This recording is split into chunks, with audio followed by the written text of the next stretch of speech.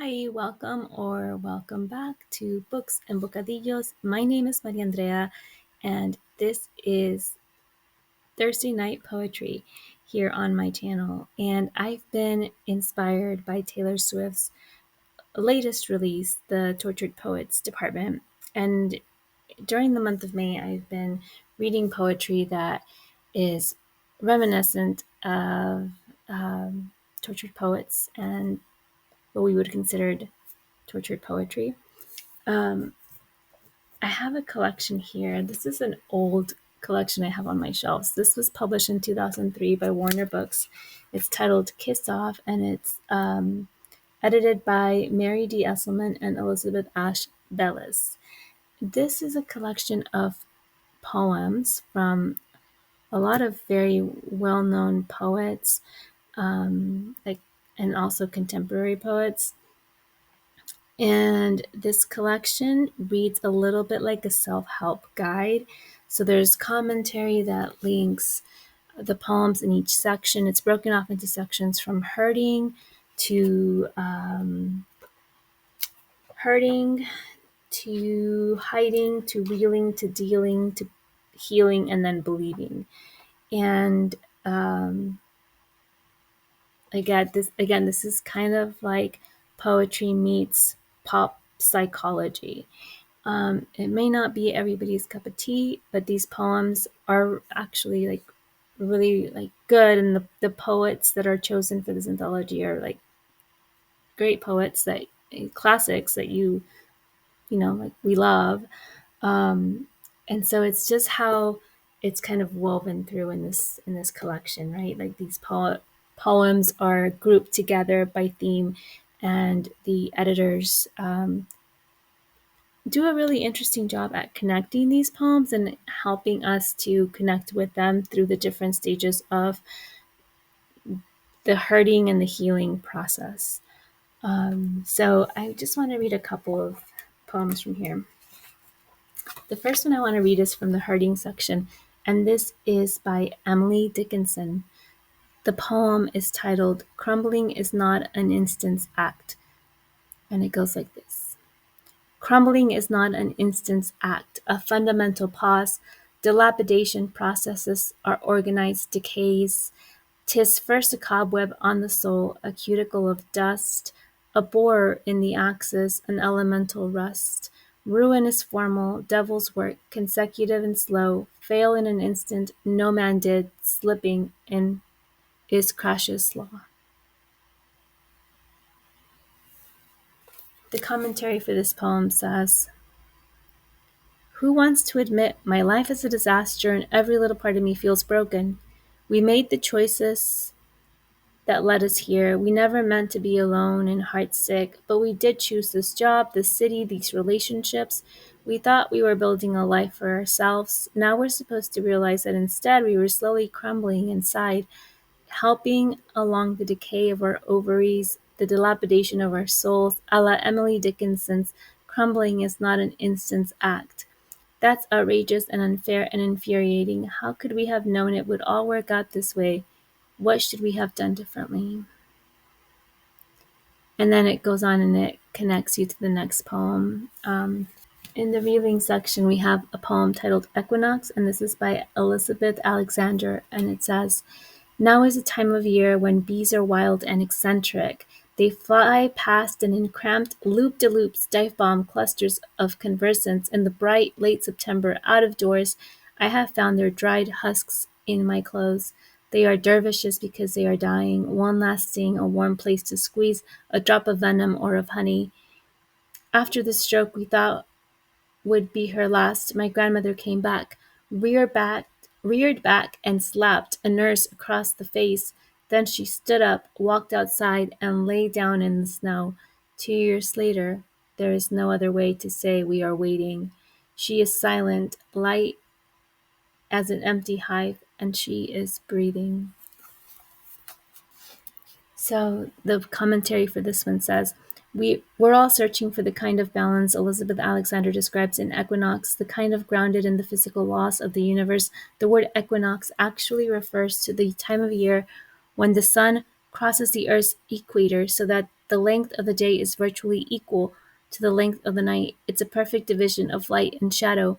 The grandmother in the poem lies in an equinox of her own, poised between life and death.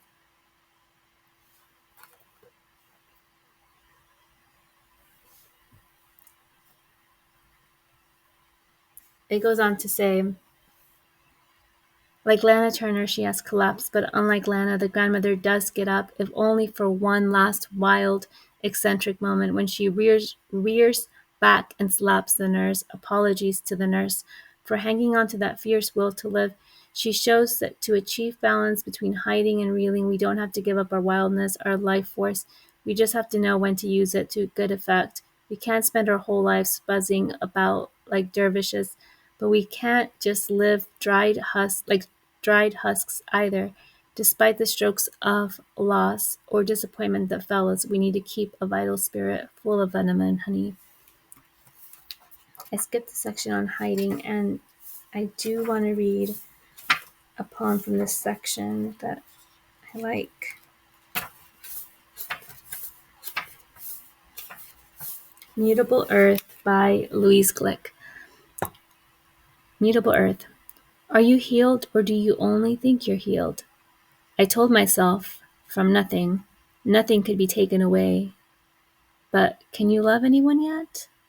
When I feel safe, I can love. But will you touch anyone? I told myself if I had nothing, the world couldn't touch me.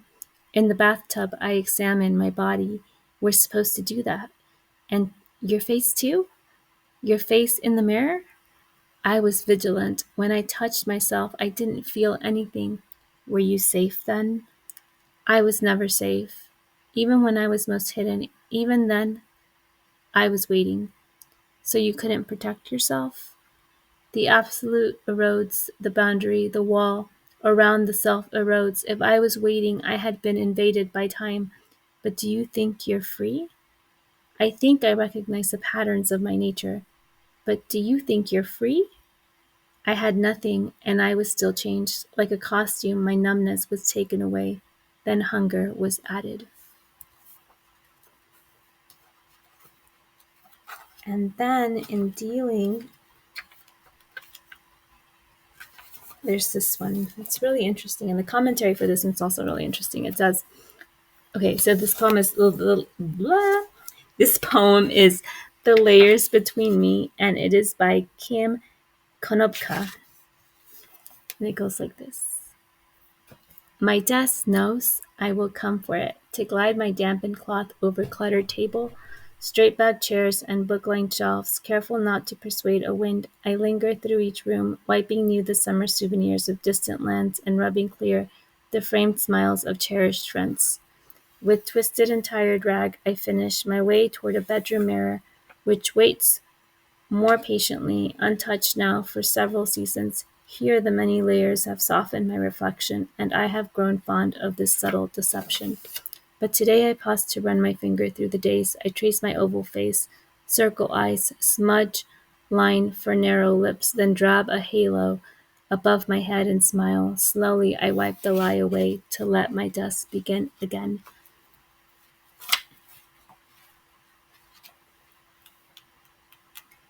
And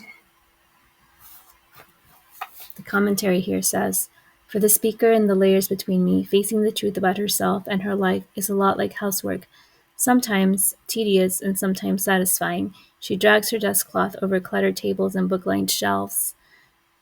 She rubs clear the framed smiles of cherished friends until finally she comes to a bedroom mirror, untouched now for several seasons.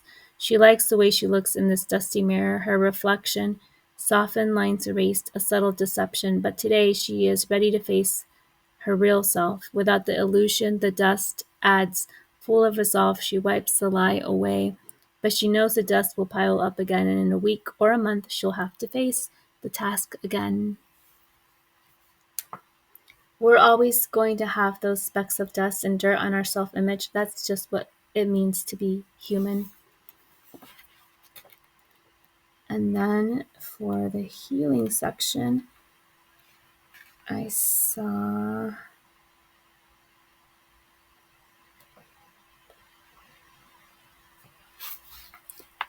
So there's this one. Better by Marie Ponsot. After a long wet season, the rains let up. The list my life was on was critical. Reproach soaked it and infected my ears. I hid, deaf and blind, my skin, my hospital, in the inoperable ache of fear. Today the rain stops. I can hear trees drip. They spatter and whisper as I walk their breathing avenue. The wind has died back. Edge-catching light elaborates the air. From the road, car tunes rush close, then slacken. I climb the green hill. There at last I reach a figured stillness where no nightmares slide. Green leaves turn inside out to grow. They breach their barriers. I come eyes wide outside. And then there's also this one titled Not Yet by Jane Hirshfield. It says, morning of buttered toast, of coffee sweetened with milk. Out the window snow spruces step from their cobwebs, flurry of chickadees, feeding then gone, a single cardinal stibbles, an empty branch, one maple leaf lifted back. I turn my blessings like photographs into the light. Over my shoulder the god of not yet looks on. Not yet dead, not yet lost, not yet taken, not yet shattered, not yet sectioned, not yet strewn. Ample litany sparing nothing I hate or love, not yet silenced, not yet fractured, not yet, not yet, not. I move my little ear closer to that humming figure. I ask him only to stay. And this poem reminded me of the Hulu series Not Dead Yet. And that's a series that's based on a book. It's a TV adaptation of a book. And I really like it. And when I was reading this, I thought of that. Do you watch Not Dead Yet on Hulu? Let me know if you do. And then the last section is Believing. And I want to read this really silly, funny poem. It's Sadie's poem by Sadie, Lisk, Highsmith.